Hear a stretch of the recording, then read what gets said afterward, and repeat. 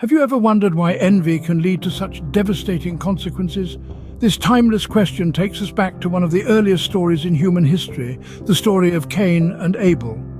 In the dawn of time, Adam and Eve, the first human beings, had two sons. The firstborn, Cain, took on the laborious task of working the soil, while his younger brother Abel became a shepherd tending to his flock. Cain and Abel, in their devotion, brought offerings to the Lord.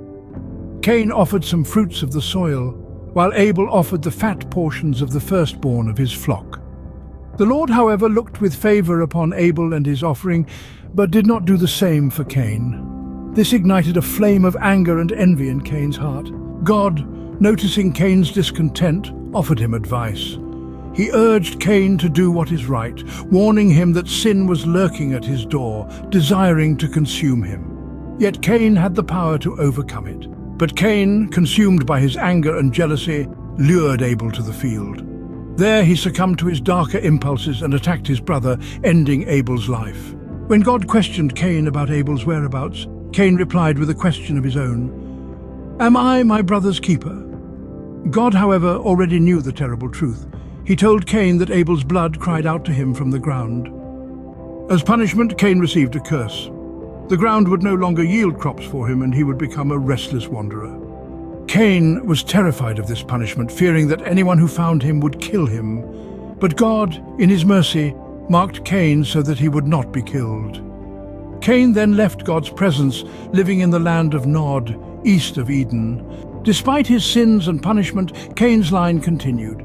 He had a son named Enoch and built a city in his name. His descendants included those who lived in tents, raised livestock, played stringed instruments, and forged tools of bronze and iron. Yet the violence that marked Cain's life continued to echo in his lineage. In contrast, Adam and Eve had another son, Seth, whom they saw as a gift from God, a replacement for Abel. Seth also had a son, and it was during his time that people began to call on the name of the Lord. To summarize, the story of Cain and Abel is a cautionary tale of how envy and anger can lead to devastating consequences. It reminds us of the power of personal choice and the importance of mastering our darker impulses. Yet it also speaks of God's mercy and how even in punishment there is a measure of protection. It is a timeless story that continues to resonate with us today.